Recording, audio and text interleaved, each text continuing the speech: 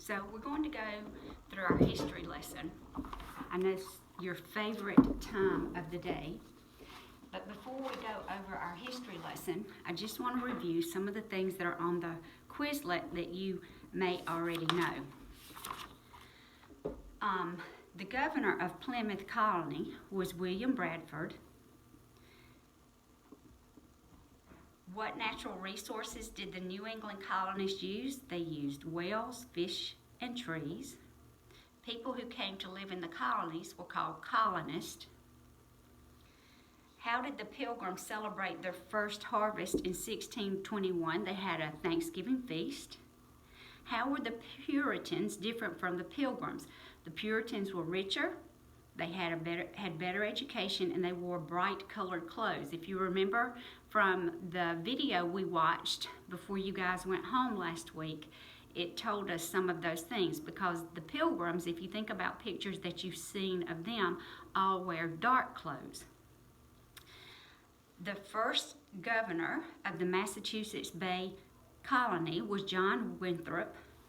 The ship on which the Pilgrims traveled was the Mayflower. The Mayflower Compact was an agreement that said just laws would be needed in the New World. And just does not mean only, just means fair.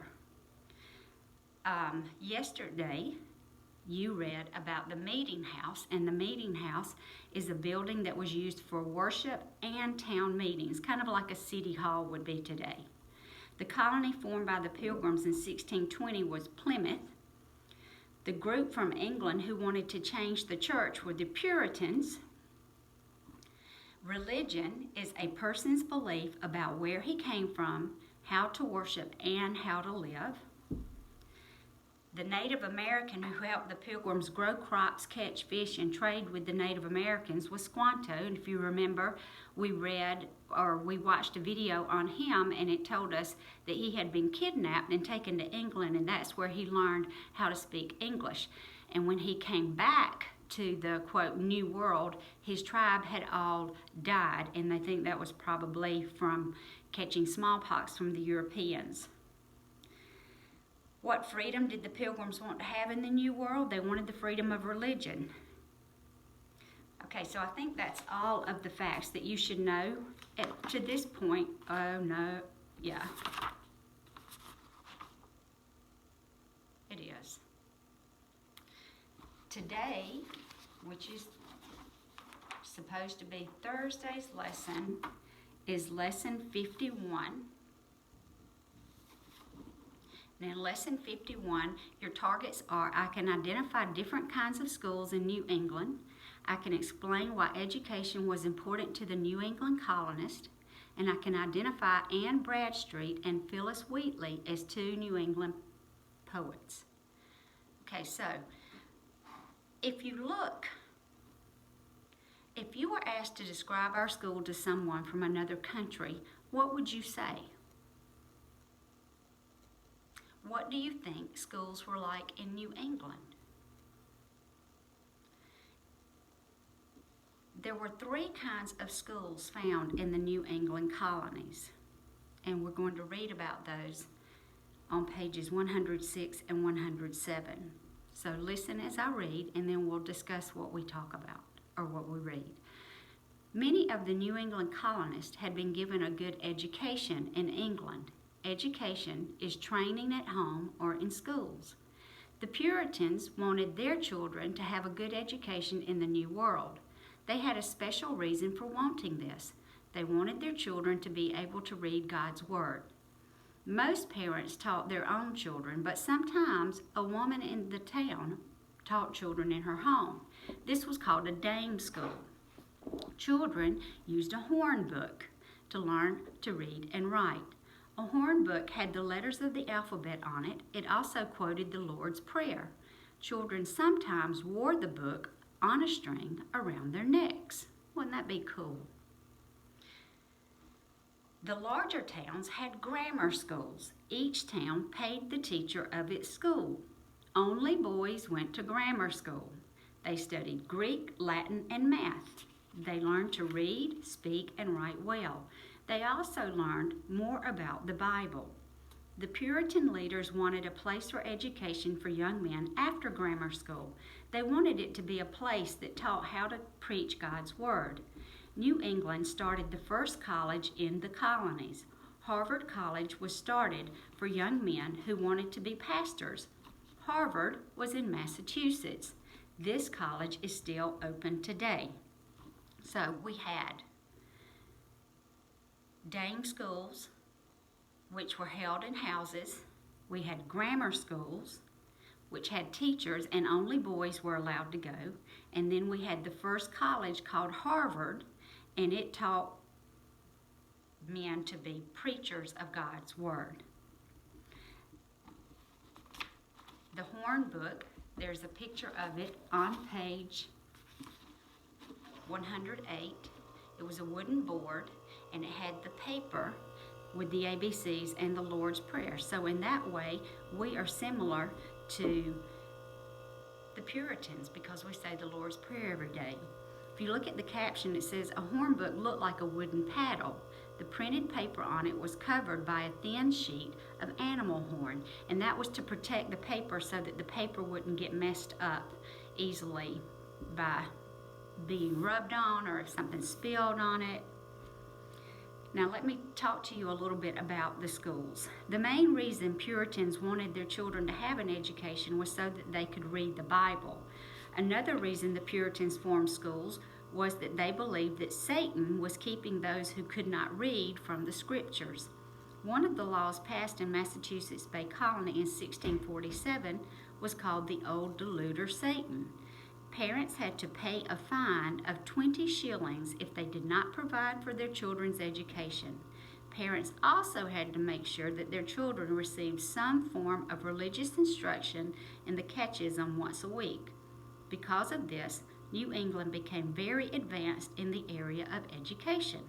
New England had the first college, and as we said, it's still there today. It's called Harvard, but now it's a university. If you turn to pages 108 and 109, we're going to talk about two famous New England poets. The first was Anne Bradstreet. Anne Bradstreet was a Puritan. She came to the New World with the group led by John Winthrop. She and her husband Simon settled in the town of Boston, Massachusetts. Anne Bradstreet had been given a good education in England. She liked to write poems. She wrote about her life in the New World. Sometimes she wrote poems about her family. She and her husband had 8 children. Almost all of her poems were about God. Anne Bradstreet was the first woman in the New World to publish a book of poems. On page 109, we have Phillis Wheatley. A few families in New England owned slaves. Phillis was a slave in the home of the Wheatley family in Boston. Unlike many slaves, Phillis Wheatley got an education. She learned to read and write. God had given her skill in writing poems. When she was only 19, she published some of her poems. Phillis Wheatley lived more than 100 years after Anne Bradstreet. She was the first African American woman to publish a book of poems. Now, if you look at the bottom of the page, there's a Venn diagram that's going to compare and contrast how these women were alike and how they were different. Anne Bradstreet was from England. Phillis Wheatley was originally from Africa. Anne Bradstreet lived in the 1600s. Phillis Wheatley lived in the 1700s. Anne Bradstreet came to the New World as a free woman, and Phillis Wheatley came to the New World as a slave. How are they alike? They both lived in Boston. They were both educated. They both liked to write poems.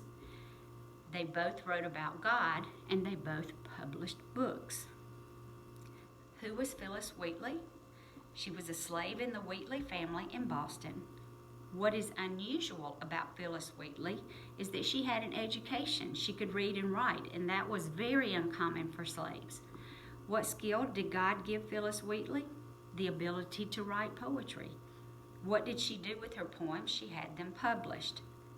How do you think Phillis Wheatley felt when she first saw her book of poetry? If you were her, imagine in your mind that you were a slave and you published a book of poems and how unusual that was, how would you feel? Anne Bradstreet was a Puritan. She came to the New World with the group led by John Winthrop, because remember, he was the leader of the Puritans. She lived in Boston, Massachusetts, and liked to write poems. Her poems were also about her life in the New World with her family and God, and she and her husband had 8 children. The blue question says, why did Puritans have a special interest in education? And the answer is they wanted their children to be able to read God's Word. And that is on your Quizlet as well. So now you're going to complete page 107. You're going to compare and contrast and answer some constructed response questions. So I want 2 or 3 sentences, please. Nothing too short. Try not to get out of it too easily.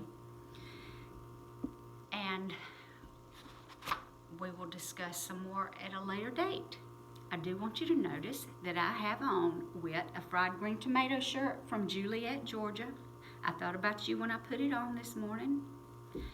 I have not heard Piper tell me that she only has 2 chapters left to read in her book. Judson and Coy have not told me any hunting experiences this week or wild animal things. I haven't heard anything about LSU from Paxton. I miss you guys, and I hope you're doing well. And I hope that these videos help your parents, because they sure do make me uncomfortable. But I love you, and I will talk to you Monday, because tomorrow will be Friday, and it was scheduled to be a holiday, so you won't have any work unless you have work to catch up on. I will see you guys later.